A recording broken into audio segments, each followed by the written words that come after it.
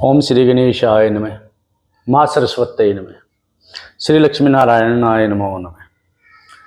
प्रिय भक्तों, आज की जो कथा है वो कार्तिक मास के अंतर्गत जो गृहस्थ धर्म का क्या महत्व बनता है उसके बारे में विस्तार पूर्वक ही बताया जाता है। पूर्व काल में सतयुग काल की घटना बताई जाती है कि उस समय पर राजा उत्तानपाद हुए, उनके पुत्र थे सुरुचि के द्वारा उत्तम, और जैसा नाम उनका था उत्तम, वैसे ही अच्छे से अच्छे धर्म कर्म इत्यादि करने के अंदर वो आगे रहते थे। उनकी धर्मपत्नी का नाम था बहुला। एक समय पर राजा और रानी दोनों नृत्यगान इत्यादि अप्सराओं का, गंधर्वों का देख रहे। उस समय पर राजा अनेकों प्रकार से मद्यपान इत्यादि कर रहे थे। मद्यपान करते हुए उनको इतनी बुद्धि नहीं रही कि उनकी पत्नी उनके साथ में है। वो उनको भी अन्य गंधर्वों की तरह मान करके जो उनके पास में मद्य थी, शराब थी, वो उनको अपनी पत्नी को पीने के लिए देने लगे। उनकी धर्मपत्नी बहुला ने मना किया कि प्रभु जी, ये स्त्रियों के योग्य वस्तु नहीं है, हे स्वामी आप भी इसका सेवन ना करें। लेकिन राजा उत्तानपाद उस समय पर जो मद्य का नशा था और नृत्यगान इत्यादि हो रहा था, जैसे वहां पर जो नृत्यंगानाएं थी वो नृत्य कर रही थी, राजा सोचे कि जैसे ये नाच रही है ऐसे ही मेरी पत्नी भी होनी चाहिए। राजा ने विवश किया कि आप इसे मद्य को पी लीजिए। रानी ने मना कर दिया। तो राजा ने कहा कि आप मेरे आज्ञा के अनुसार नहीं चल रही हैं, इसलिए मैं आपका त्याग करता हूं। राजा ने पत्नी का त्याग कर दिया। कुछ दिनों के पश्चात में राजा अपनी सभा के अंदर बैठे हुए, और उस समय पर एक ब्राह्मण देवता उनकी शरण में आए। ब्राह्मण देवता ने कहा, महाराज आपको कोटि कोटि नमन करता हूं, और आपके द्वार पर मैं एक जिज्ञासा लेकर के आया हूं। राजा ने कहा कि हे ब्राह्मण देवता, आपकी जो इच्छा है वो बताइए, मैं आपकी क्या सेवा कर सकता हूं। ब्राह्मण देवता ने कहा, हे महाराज, मेरे घर के अंदर मेरी पत्नी अकेली थी, किसी ने उसका हरण कर लिया है। कृपा करें, आप सभी समाज के भाई बंधु के समान हैं, रक्षक हैं, कृपा करें मेरी पत्नी वापस से ढूंढवा दीजिए। राजा ने कहा कि ठीक है, मैं आपकी पत्नी को वापस दिलवा लेकर के आऊंगा, लेकिन उसकी रूप आकृति आप बता दीजिए कैसी है, उसका स्वरूप क्या है, उसका आचरण क्या है। तो ब्राह्मण देवता अपनी पत्नी की विशेषताएं बताते हैं। बोले, महाराज वो बहुत दुबली पतली सी है, हड्डियां इत्यादि तक उसकी दिखाई देती हैं, सारे शरीर पर उसके केस हैं, रोम बाल हैं, बहुत बड़े बड़े दांत हैं, कुरूप दिखाई देती है, और बहुत झगड़ालू है महाराज, बहुत कलेश करती है। तो राजा ने कहा, हे ब्राह्मण देवता, आप इस ऐसी स्त्री को घर में रख रहे हैं, आप कोई दूसरा विवाह क्यों नहीं कर लेते? आप क्यों अपनी ऐसी पत्नी को लेना चाहते हैं कि जो ईर्ष्या करती है, झगड़ा करती है, न रूपवान है न शीलवान है? आप क्या करेंगे ऐसी पत्नी का? तब ब्राह्मण देवता ने कहा, महाराज जिसके यहाँ पत्नी चली जाती है, चाहे वो मायके में जाए, चाहे उसकी पत्नी साथ में न हो, या उस पत्नी का त्याग कर दिया गया है। महाराज यदि 1 सप्ताह तक मनुष्य पत्नी का त्याग करता है, उसके पश्चात में उसको पाप चढ़ना आरंभ हो जाता है, और 1 पखवाड़े तक, 15 दिन तक यदि कोई अपनी पत्नी का परित्याग कर देता है तो ऐसे ब्राह्मण को पूजा पाठ इत्यादि करने का अधिकार नहीं है। महाराज मैंने अपनी पत्नी का त्याग नहीं किया, मेरी पत्नी को चुराया गया है, मैं चाहता हूं मेरी पत्नी वापस आ जाए। राजा और ब्राह्मण देवता दोनों के दोनों मिलकर के वनखंड के अंदर ब्राह्मण पत्नी को ढूंढने के लिए गए। वहां पर एक तपस्वी जी महाराज, उनके आश्रम में जाकर के तपस्वी महात्मा को राजा ने प्रणाम किया।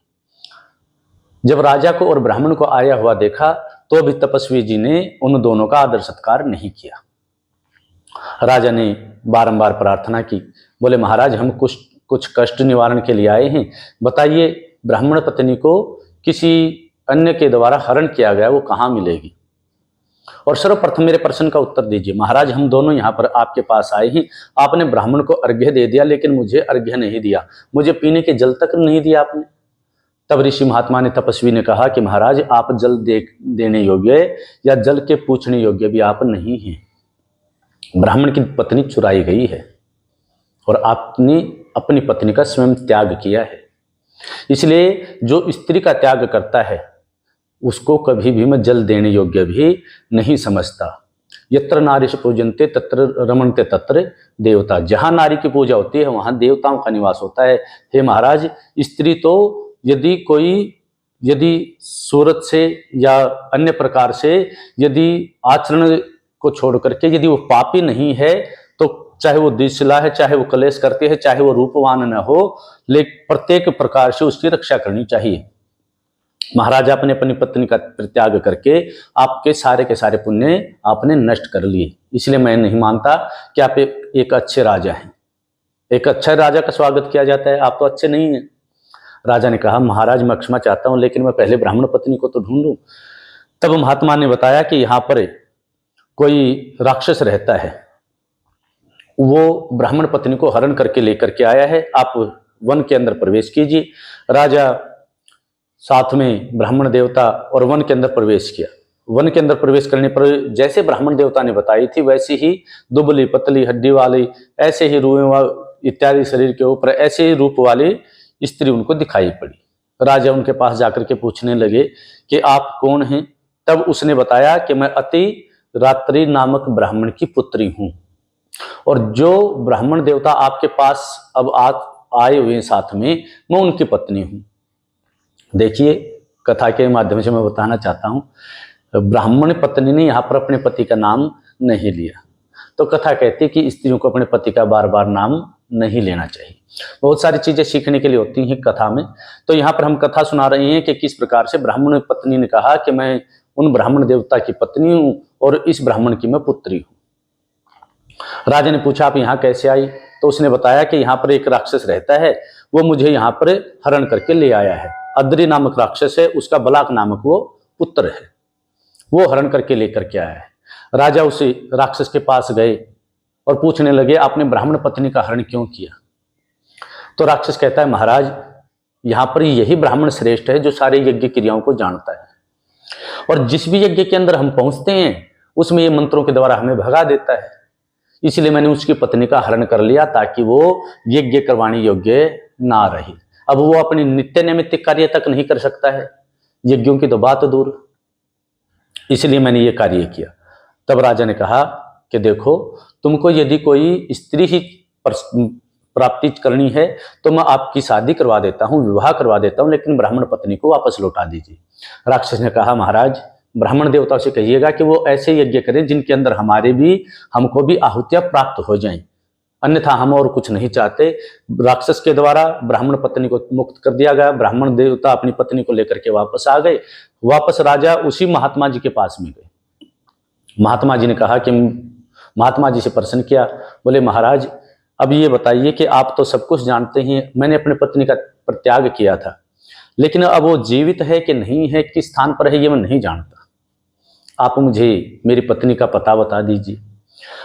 तब तपस्वी महात्मा जी बताते हैं कि आपकी पत्नी को शातपोतक नामक एक नागराज के द्वारा पाताल लोक में ले जाया गया है, और वो अभी तक पतिव्रता है, क्योंकि उस नागराज की पुत्री है जिसका नाम है नंदा, वो उनकी रक्षा कर रही है। हे महाराज, आप अपनी पत्नी को वहां से वापस ले आइए। राजा ने उस राक्षस को याद किया, जो बलाक नामक राक्षस था, जो ब्राह्मण पत्नी को हरण करके लेकर के गया था। राजा पुनः उस राक्षस के पास में गए और उस राक्षस से प्रार्थना की कि जैसे आपने ब्राह्मण पत्नी को वापस किया, वैसे ही आप मेरी पत्नी को भी वापस दिलवा दीजिए, क्योंकि पत्नी न होने के कारण मैं भी राजपाट धर्म इत्यादि दान की क्रिया या हवन की क्रिया, कोई भी क्रिया नहीं कर पा रहा हूं। जो बलाक नामक राक्षस थे वो पाताल लोक में गए और वहां से नागराज से राजा की जो पत्नी थी जिसका नाम था बहुला, उसको वो वापस ले आए, और राजा और रानी दोनों मिलकर के वापस नगर के अंदर पहुंचे, और राजा ने वापस से जो धार्मिक क्रियाएं हैं, जो गृहस्थ की क्रियाएं हैं, वो वापस पुनः आरंभ कर दी।